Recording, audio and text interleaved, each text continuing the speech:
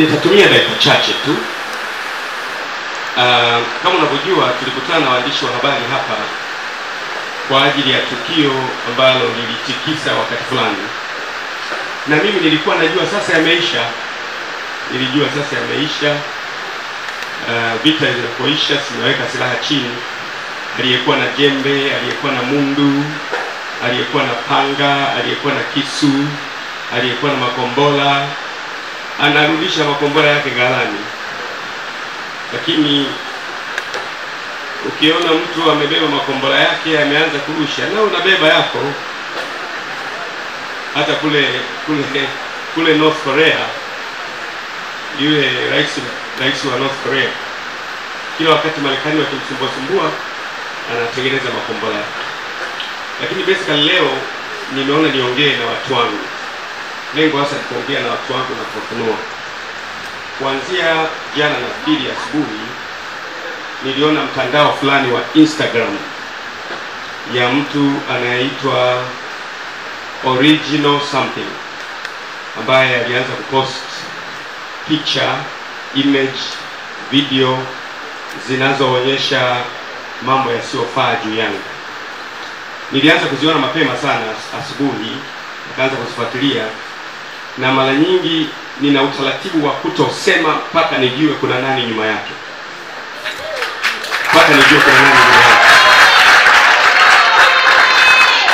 Kwa hiyo wakati ule litokea tatizo linalofanana na hili, nikakaa kidogo kimya bila kusema, kwa sababu huwezi kupigana na usiyemjua. Mimi ni mtu wa research. Kwa hiyo nikiona jambo lazima nifanye research kwanza, nione kwenye hiki kitu kuna nani nyuma yake. Sipigi aliye mbele, na piga aliye nyuma. Na hasa ndicho kilichonileta leo, ni kujaribu kurudisha adabu fulani ambayo, sababu naona kama tunataka kuzoeana tena. Tulipeana heshima wakati fulani, naona kama tunataka kuzoeana tena. Lakini kimsingi hiyo anaitwa Origin Instagram ilianza kurusha hivyo vitu, alafu baadaye nafikiri watu wengine wakaanza kurusha na kwenye WhatsApp na sehemu mbalimbali, ambazo kimsingi, hebu nikuelezee ukweli. Hata kama tukio hili lingekuwa ni kweli, suppose ni tukio la mtu yuko chumbani na mkewe. Ndio maana watu wazima, mtu na mkewe wakitaka kulala huwa wanalala chumbani. Vile vyumba watoto hawaruhusiwi kufika kwa sababu vina mambo ya watu wazima. Na sio kwamba wazazi hawapendi wale watoto, lakini vile vyumba vina mambo ya watu wazima kiasi kwamba kwa wakati huo watoto hawaruhusiwi kuona. Ni desturi ya binadamu. Kwa hiyo ukikuta mtu amerusha tukio la watu wazima waliokuwa wanafanya chumbani, nasema kama ingekuwa sawa, tukio la watu wazima waliokuwa wanafanya chumbani amelifanya lionekane hadharani na wote, lazima ujue mtu huyo nia yake si nzuri. Kwa hiyo ni conclusion kwanza kwamba nia ya mtu si nzuri. Sababu hata kwenye sheria za nchi kuna image au kuna picha ambazo zinaruhusiwa kuonwa na watu wa umri fulani. Ni watu wa rika fulani tu, wa umri fulani tu wanaweza wakaona picha za aina fulani.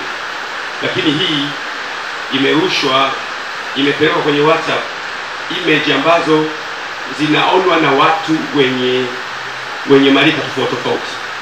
Na huyu anayefanya hivyo nia yake ni mbaya, kwa sababu anajua mimi nina mke, anajua mimi nina watoto wazima wenye miaka 20 na ambao wanaweza kuona hizo image anazoziportray kama image za baba yao.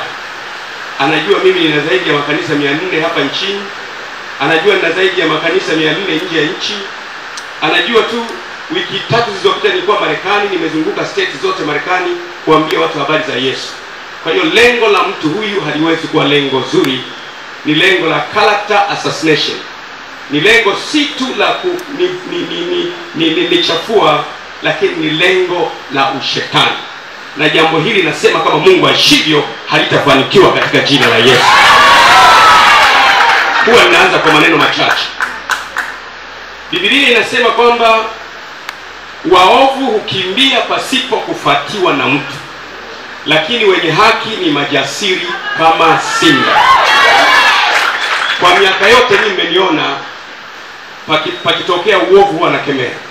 Awe ni mfalme, awe ni waziri, awe ni nani, awe ni mbunge, awe ni huyu, huwa nakemea. Na kama ningekuwa nakemea nimeficha huku nyuma, wale watu ambao tangu zamani huwa nawakemea, na wao wangesema na wewe una hiki hapa. Umeona, tangu miaka kwa miaka, na nitaendelea na hiyo kazi. Kwa nini sasa ni mimi? Kuna wakati mwingine hata mimi najiuliza, kwa nini huyu mtu asitafute mtu mwingine? Mbona ana crash kwenye crash mara nyingi? Kwa nini anakwenda mahala ambapo anajua tu atasagwa? Kwa sababu atasagwa, anakwenda mahala ambapo anajua tu nitaishia kurusi. Nikajifunza ni kwamba tangu mwanzo mimi na vision ya nchi, napenda nchi. Kweli napenda nchi ya Tanzania. Mahubiri yangu, mafundisho yangu, character zangu, misemo yangu, presentation yangu na ipresent Tanzania. Kwa sababu tangu mwanzo najua, ukiangalia Biblia walikuwepo wafalme. Alikuwepo mfalme aliyekuwa anachaguliwa na Mungu. Na wanaoitwa wafalme zamani waliokuwa wanaitwa wafalme zamani, kwa sasa hivi ndio hao wanaitwa marais. Alikuwepo mfalme na alikuwepo na nabii. Na kazi ya manabii ilikuwa ni kuwaonya wafalme, kuwaelekeza wafalme. Kazi ya manabii pia ilikuwa ni kuweka watu wafalme. Hiyo kazi haijaisha. Kwenye ulimwengu wa leo hatuna wafalme, tuna marais ambao manabii ni watumishi wa Mungu, kama walivyo wachungaji, walivyo mitume, walivyo watu wengine ambao kazi yao ni kujenga taifa pamoja. Kwa hiyo mahala ambapo mimi natakiwa niseme vitu, lazima niseme, tena niseme kwa usahihi bila kumumunya maneno. Na ndio nafasi yangu katika taifa. Na hii nafikiri ndio sababu watu wamekuwa wakijaribu kuleta matukio kunifanya nikose sauti. Kwamba tumpige Gwajima sasa hivi hata sema tena. Nataka kukwambia, ndio nimeanza. Safari hii itakuwa kali kuliko ile ya zamani. Narudia tena. This time is going to be stronger than the other. Na utajua kwamba Mungu yupo. Kwa hiyo hizi image ambazo nimeziona zinajaribu kuwaleta wasichana mbalimbali, msichana huyu na msichana huyu na msichana huyu na msichana huyu. Ninaomba kila mtu atumie akili yake, kwamba ni mwanaume nani mwenye hadhi kubwa anayeweza akafanya kitendo cha kujamiana, ana rekodi yeye mwenyewe. Alafu rekodi yenyewe ukimwona mkono wake ni mkubwa wa bouncer, sio mkono wa mkubwa wa bouncer. Bouncer amenyosha mkono na rekodi mwenyewe. Alafu baada ya kurekodi huyo mtu anatuma mwenyewe ili matokeo yaje hayo hapa. Hakuna mtu mjinga wa namna hiyo duniani. Hakuna mtu akurekodi mwenyewe, akajidamage mwenyewe, akatuma mwenyewe. Halafu haiwezekani mwili uwe wa mwingine na kichwa kiwe cha mwingine. Ukiangalia tu is a simple logic, kwamba huyu mtu ameweka image mbili. Image ya kwanza ameiweka ya picha za familia ambayo niko kifua wazi. Nimepiga picha za familia nyingi za namna hiyo. Kwa mfano, picha moja wapo utaiona picha hii hapa ambayo niko na mke wangu. Mke wangu usogea. Utaona picha. Tena hiyo picha hiyo ndio picha ya kwanza kabisa ambayo inatumika kama mimi nainuka. Hii niko kifua wazi. Utaiona hii picha mke wangu huyu hapa. Tena bahati nzuri hii picha ina tarehe 20 mwezi wa 10 2008. Niko kifua wazi na familia yangu na watoto wangu. Kwa hiyo image nyingi ambazo zimetumika ni image za kifamilia. Familia tuna haki ya kupiga picha kama familia, lakini image za kifamilia zimeunganishwa na image nyingine mpaka mtu awakilishe jambo analotaka kuwakilisha. Ninajua uchaguzi unakuja, ni mwaka kesho. Kwa hiyo watu wana wasiwasi kwamba huyu bwana anaweza kuwa na nguvu sana ya kutupasua vipande. Tumpunguzie sauti yake kabla mwaka kesho haujafika. Humpunguzii sauti mtu hapa. Narudia tena, humpunguzii sauti mtu hapa. Isipokuwa ulichosaidia ni kwamba umewathibitishia watu kwamba mimi ni mwanaume kamili. Ndio. Umewathibitishia kwamba mimi ni mwanaume kamili. Kama pakilazimika kufanya tendo la ndoa naweza kufanya sawa sawa. Ndio. tulichothibitisha, lakini hujanitanishi mimi kwa namna yote hiyo, kwa sababu kila mwanaume mwenye akili timamu aliye na viungo kamili ana mtu wake ambaye huwa wanakutana na yeye, wanafanya tendo la ndoa. Tofauti ni kwamba huwa wanafanya wamejificha chumbani, kwa sababu ndiyo mila na desturi za watu wote. Lakini nani hapa mwanaume aliye kamili? Anyoshe mkono. Mwanaume aliye kamili ambaye anachemka, sio kilema, ambaye hawezi kufanya tendo la ndoa. Kila mtu anaweza. Shida ni kwamba vitu hivi vinafanywa kwa siri chumbani, na ni kwa sababu vinafanywa kwa halali kwa siri chumbani. Sasa mtu akibeba kitu cha chumbani kwa namna yake akakibadilisha akakifanya for public consumption kwa ajili ya kumdamage mtu, hapo ndipo haiwezi kukubalika. Na mimi nasema kweli, hata nilishangaa nilisikia tu watu wanasema kwamba Gwajima ameitwa polisi uripoti saa 5. Mlisikia na nyinyi, si ndio? Mimi najiuliza, kama mtu umepata ajali, kwa mfano umekatika mguu, umegongwa na gari kakukata mguu, wewe uliye katika mguu ndio unatakiwa uende ukaripoti polisi, badala ya wale waliokukata mguu wakaripoti polisi. Kwa hiyo jambo hili hata halina maana yoyote. Nasema ukweli, halina maana yoyote. Kwa hiyo mimi nimechukua arabi. Kwanza nilichukua hatua za awali, nikachukua arabi kuambia tume ya mawasiliano wamtafute huyo mwenye Instagram inayoitwa original, wamtafute na wampate.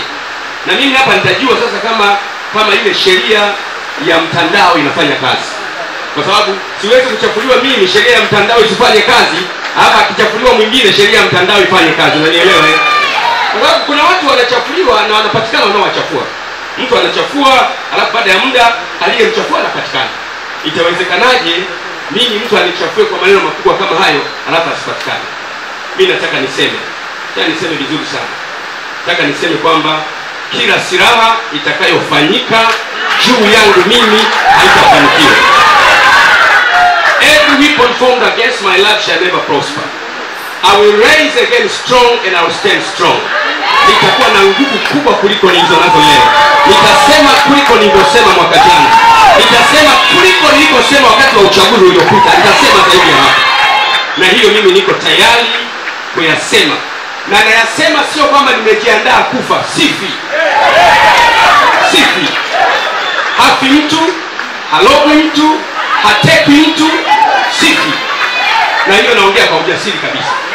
Kwa hiyo nikaona tu badala ya kukaa kimya, kwa sababu tayari nimeshamlocate aliye nyuma ya mambo hayo, ninamuonya. Ninasema leo, naonya kama ninasema leo, namuonya. Asipofanya inavyotakiwa kufanya, Jumapili nitaanza kumgawia vitu vyake. Nitarudisha Jumapili zile ambazo watu walikusanyika asubuhi, wakaacha msikiti, wakaacha jamatini, wakaja kusikiliza. Nitarudisha Jumapili zile. Lakini kwa ufupi ni kwamba dunia ina watu wa ajabu wenye kupenda wawekea wenzao mambo ya ajabu ambayo hayapo.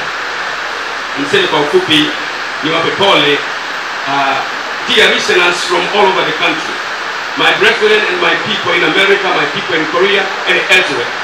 This is again an attack on us and on our ministry. It has been attacking us again and again because of who we are and because of what we can do. I want to declare to everybody hearing me, listening to me, my pastors, my bishops, and anywhere in the world, we will win this battle again. We will come from this battle strong and strong ever, and never shall we be intimidated by whoever comes. Haijalishi saizi yako, umbo lako, kazi yako, unavyofanya, lakini Yesu ni yeye yule jana na leo na hata milele, hata badilika milele yote.